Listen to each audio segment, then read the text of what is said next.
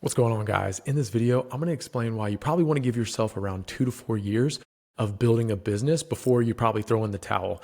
And the reason why you want to give yourself 2 to 4 years, if you have that kind of time, is because that first year, you're honestly just learning everything that is going to be completely new to you. Obviously, if you're going into a industry that you know a lot about, then you'll have a leg up on the competition. But when you start a business, it's going to take time to understand how to make money in that business and how to make that company that you're trying to build flourish. And I really have seen many examples of so many companies take at least 4 to 6 to 8 to 10 years to even be a big company. And companies like, I'll name a few: Amazon, Tesla, Airbnb, Nike, Starbucks, Netflix, Apple, and SpaceX, they didn't just get big within a year or two. It legitimately took those companies like 8 to 10 years to even become a great company. And I think in today's world, everybody wants to, even myself, when I first started Flybodies with my younger brother in 2018, 2019, we were like, oh man, we're going to have millions of people on this app in 1 to 2 years that we're building. And it's wishful thinking, because you want to build something that grows super fast and goes viral and everybody uses. That is definitely the goal, is to get millions of users. But the reality is, the business that you're trying to build is going to take a long time, because you want it to be something that is sustainable. And if something goes viral, it can easily go unviral.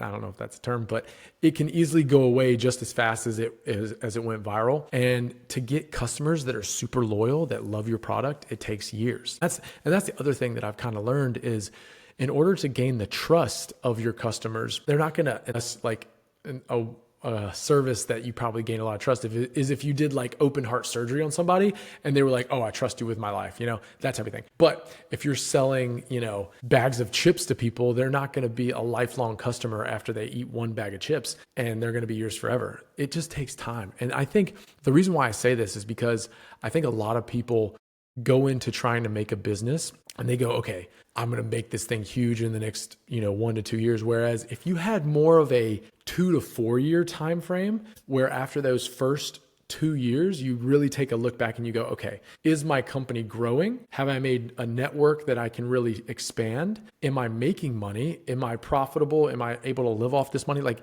you can do these types of looking back on your company after 1 to 2 years to say, okay, do I want to go another 2 years to see if I can make this thing grow for the next 3 to 4 years? And I want to give some examples. One of my favorite quotes first is from Bill Gates. He says, most people overestimate what they can do in 1 year and underestimate what they can do in 10. And it is very, very difficult, unbelievably difficult, to actually project out 10 years to say, I know this is going to be a big company in 10 years. It's almost impossible to do that. But what you can do is you can give yourself that runway to say, okay, over the next 1 to 2 years, I'm going to learn as much as I can. I'm going to try to grow this business as best as I can. But I'm not going to say like this is going to be the best business ever after 1 to 2 years. And a lot of times, people in their 20s and early 30s, like I was, are thinking in those 1 to 2 year timeframes, because that's a long time. You haven't lived a very long life like a 50, 60, 70-year-old person. So that's something that people need to take into account, is like, you don't need to have your company explode in the first 1 to 2 years in order to be a very good company. It takes time to understand what people love about the service you're trying to provide or the product you're trying to provide. And I think one of the best, most fun examples I use is the Twitch example. So Twitch was founded in 2007 by Justin Kan and a couple other people. And in the beginning, this guy named Justin Kan would wear video cameras on his head, and he would literally video everything that he did. And he was videoed as well in like his apartment and stuff. And it was called Justin TV. And you could sign up for a Justin TV account and basically live stream yourself if you wanted. And that was it. They were just like, hey, we think streaming is going to be a big thing. And what did Justin TV turn into? Twitch. It turned into Twitch in 2011 because they found out that gamers were the ones that loved Twitch the most, or loved Justin TV the most, because they wanted to watch gamers play their video games, which was really interesting. They didn't find that out until 4 years in, which is unbelievable. Like it just takes a long time to understand, okay, what people are going to love watching people stream stuff. And they found out gamers were those people. And so they started the company in 2007. They rebranded in 2011 to Twitch, and then they were acquired by Amazon in 2014. So 7 years after they actually made the company, and I'm sure they took on funding and stuff, but 7 years after they created the company, they were acquired by Amazon. Now that is awesome. 7 years, it sounds like a short time, but it also sounds like a long time. And if you worked on something for 7 years and you continuously talk to your users and ask them what they wanted, that is when you can actually create something that is very long lasting. So that's my favorite one to start, because if you go back and look at some of the first Justin TV videos, you're like, holy crap, I can't believe this turned into Twitch. Anyways, I'll stop there.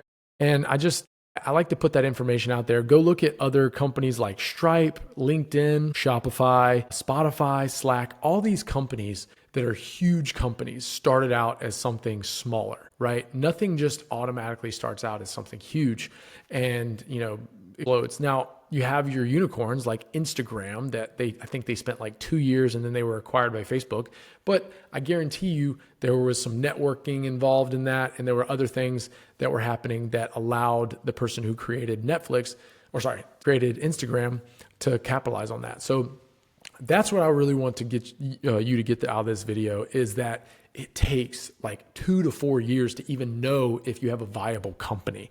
And so to stay in that for 2 to 4 years and really to iterate and to learn, I guarantee you if you do that, you'll put yourself on the best path possible. That's all I got, guys. Thanks for watching, and get after it.